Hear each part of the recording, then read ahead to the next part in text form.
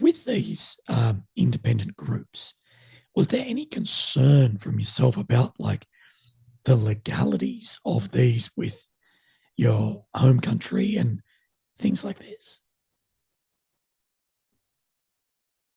So I wasn't concerned with the legality because I, for myself, made clear that I will not fight. I will not use a gun unless I have the proper legal framework and the legal paperwork. Others were not that concerned, but for me that was an issue. The issue that I had more was the the look that this all had and the look that I might get from German secret services like the Verfassungsschutz, for example, and that I might, go on some very nasty lists when I come back home. Because these volunteer units, both in the Legion and also in the ZSU, there's everything. And I mean, everything, right? Russia likes to talk about Nazis in Ukraine. Those definitely exist, although I haven't met a whole lot. We had Orthodox Jews, we had Islamists, we had Russians, we had Belarusians, people from really every country in the world, pagans, Jews, Christians, Muslims, Nazis, commies, really the whole bunch, right? And of course, the concern is if I get photographed next to the right guy, it doesn't matter what I think of him, it doesn't matter what I'm doing with him, it's a bad look and it might get me on a list. That was my main worry at this time. That was going to be in my notes, and my next questions was about the lists and legalities coming home. But then as well in this, I've got written about what are your thoughts as a German towards the symbology you do see that is far right nationalist Nazi symbology. What do you think as a German of seeing that? Are you, well, everyone I think is disgusted by it, but it's more prevalent in some of those units. It is more prevalent, but the thing is, especially in war, I really don't care about looks. All I care about is how people are treated and how people act. And the thing that I found is this kind of symbology, not just in Ukraine, but a lot of other countries, even in Russia. We had a guy from Russia with swastika tattoos, or a guy from Belarus with swastikas. And when we asked him about it, he says, "Oh, where I come from, this stands for fighting imperialism. This stands for fighting communism." You know, and when we talked to him, it really seemed to be true. It seemed true that he personally seemed to believe that. And a lot of the reverence for these Nazi symbol really seems to stem from more an ignorance of history than of an actual support of what these symbols mean in Germany. That is just one example. The other example was the other thing is, like I said, it depends on how you act. So we had the guy with the Nazi tattoos. He was a team leader. He was an ardent Islamist, and in his team he had, like I said, pagans, Christians, Muslims, Jews, and there was never any problem, right? So the guy with the swastika tattoo, he didn't care that, in the evening, the Jew reps tefillin next to the guy who brings out his prayer mat and prays to Mecca. And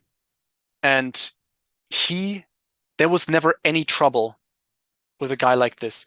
At the same time, though, there was racism, there was anti-Semitism, definitely. But ironically, when it came from people, it came from the people without the Nazi tattoos, without the swastika patches, without the paraphernalia.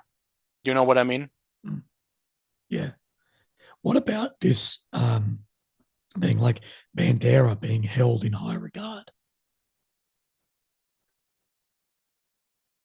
I don't I don't know where that come from. I've never, in my time in Ukraine, nobody ever mentioned Bandera. The only people that mentioned Bandera were the Russian propagandists. And I've never talked to anyone in Ukraine about Bandera, and I've never heard anyone talk about Bandera.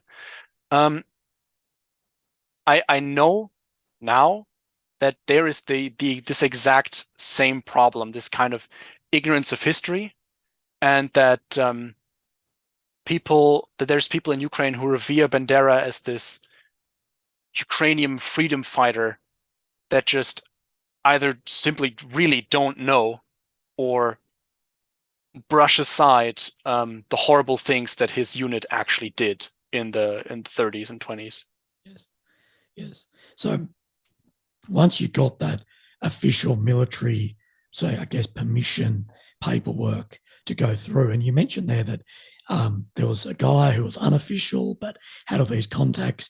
That's something I think a lot of people, at least from my background being Australian, when you go to a country like Ukraine, and this is with a lot of, probably the majority of countries, you're like, hang on, this doesn't work like that back home, where you've got these like figures who have so much pull and support, but aren't like, well, but who actually is he?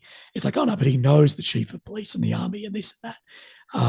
You have like fixers isn't the right word for it, but I'll use it. It's almost like a high-end fixer.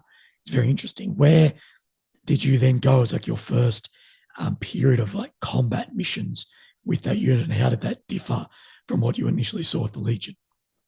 So I always break it down in two phases. It was before the Kharkiv offensive and after the Kharkiv offensive. In the beginning, we pretty much only did infantry missions, and usually they kind of work like this. We get a target, we were called out in the middle of the night. We get a really crude and short a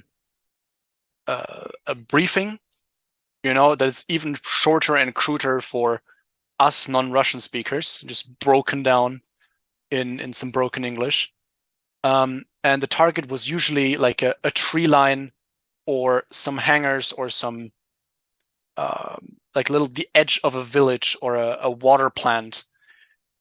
And then we zoom through the night in a bunch of Humvees. We dismount a couple kilometers away from the Russian positions, and then we march through the night and attack, usually by the break of dawn. Ideally, sometimes people promised us like artillery support, like, oh yeah, you're gonna go there, and then there'll be mortars, and then you attack, which never materialized. It was always like, oh yeah, mortars didn't show up. We do Sturm anyways, and then like there were only two modes.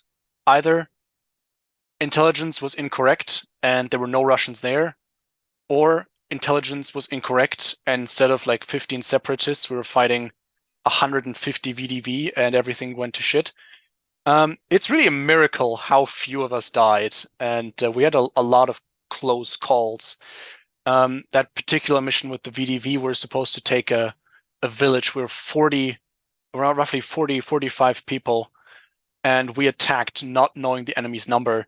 We took a bunch of Russians by surprise. We took 2 prisoners, VDV, from whom we knew that we learned the actual strength of the detachment in that village. And as soon as we found that out, we had to make a fighting retreat while the enemy tried to chase us with BMD 3. So BMD4, the airborne airborne IFVs with the BMP3 turret. Yeah, that was shit. That was utter shit. But morale takes a hit. A couple of guys die, and then the next week you're doing the next kind of shit. At that point, I was actually injured. I took a bullet to the ankle, grazed. Like a bullet grazed my ankle, and I was out of combat for a couple of weeks. And in that time, the Kharkiv offensive happened, and at that point, everything seemed to change, and it wasn't exactly obvious why. We started to do mission right at the crack of dawn, where we'd attack in the late morning, or sometimes even in the middle of day with vehicles. You've seen the combat footage. You talked to Yuri. I think everyone has seen those Humvee videos by now. You know, the thunder runs into Russian positions, waking oftentimes like in the morning, the crack of dawn, waking them up with fire after them not noticing 3 Humvees driving into their village. Yeah, putting fire on the enemy, dismounting, putting more fire on, and then retreating.